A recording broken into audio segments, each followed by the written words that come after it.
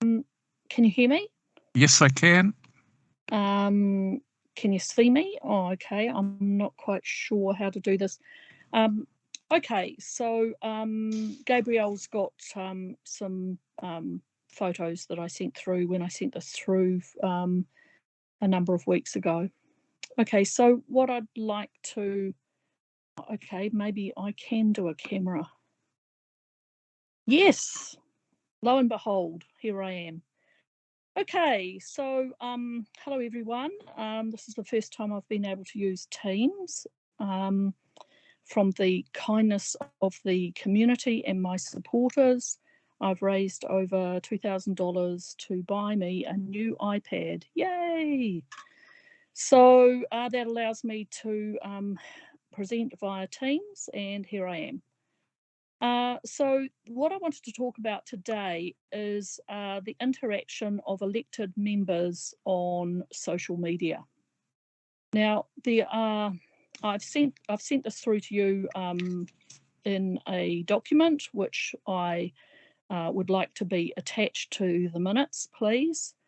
And so the situation on social media is that a lot of political views are out there at the moment, and if board members or councillors want to express their political views, then they can do so only where all constituents are able to respond to them.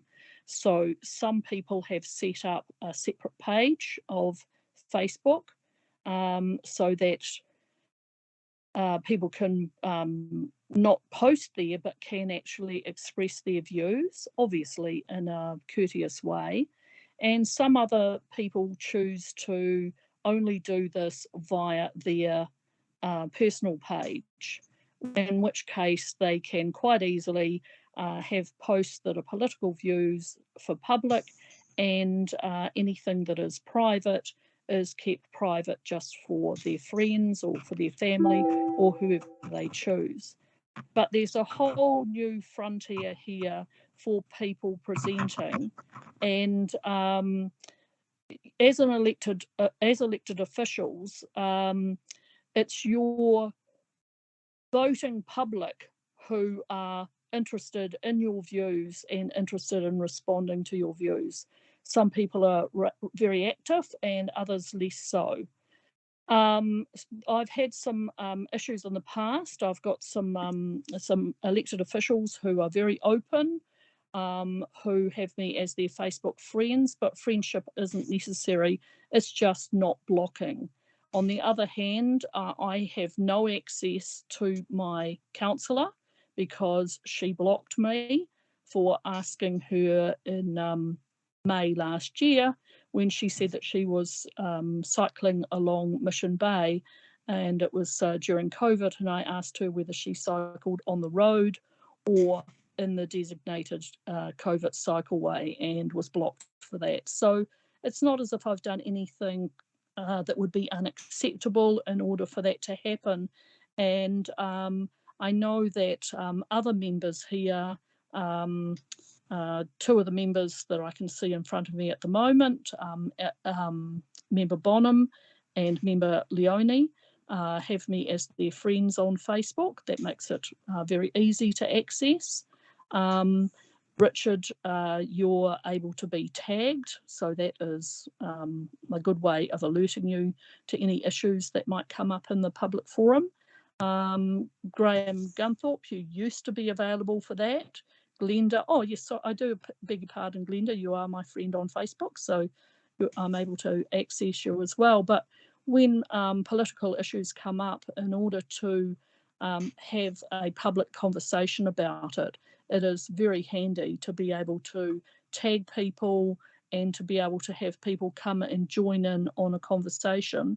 And I never ever am disrespectful for anyone whenever I join a political conversation, and I believe that it's important for everybody to be able to do that. So, Julie, I only recently discovered that you even have a Facebook page, because for some reason or other I've been blocked from your page from the time you were elected, having never seen it before. recently. Anyway, I'm just a little disorganised because I've only just picked up this computer. Just having a look to see what else it was that I wanted to say. Phil Goff allows people to tag him, which is very handy, and sometimes he comes back and responds. And as you know, recently he liked a post of mine that I shared, which was my article that I wrote in the Ponsonby News about the censorship of attachments to the minutes, which was all sorted out in the changes to the standing order last month. So being involved in that conversation certainly allows everybody to know what's going on.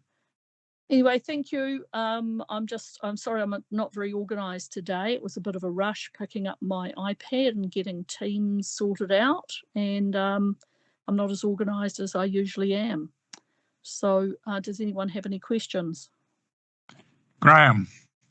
Yeah, thank you. Gail, I'm very active on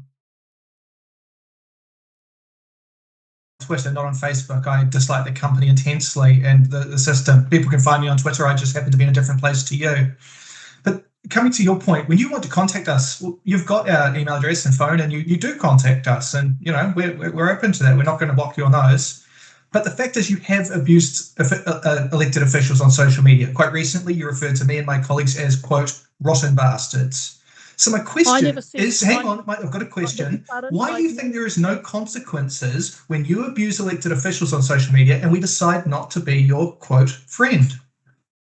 Graham, I have never, ever called anyone rotten bastards on social media. Other people may have, and I may have shared a post of someone that may have made comments like that. But I do not use comments like bastards in any of my social media posts.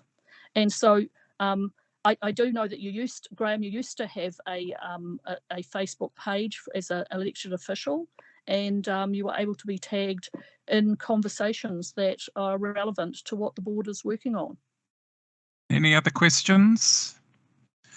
If not, I'll move that the Waitemata Local Board thank Gael Baldock for a presentation and attendance at the meeting. Do I have a seconder? Happy to second. Seconded Corinne. All those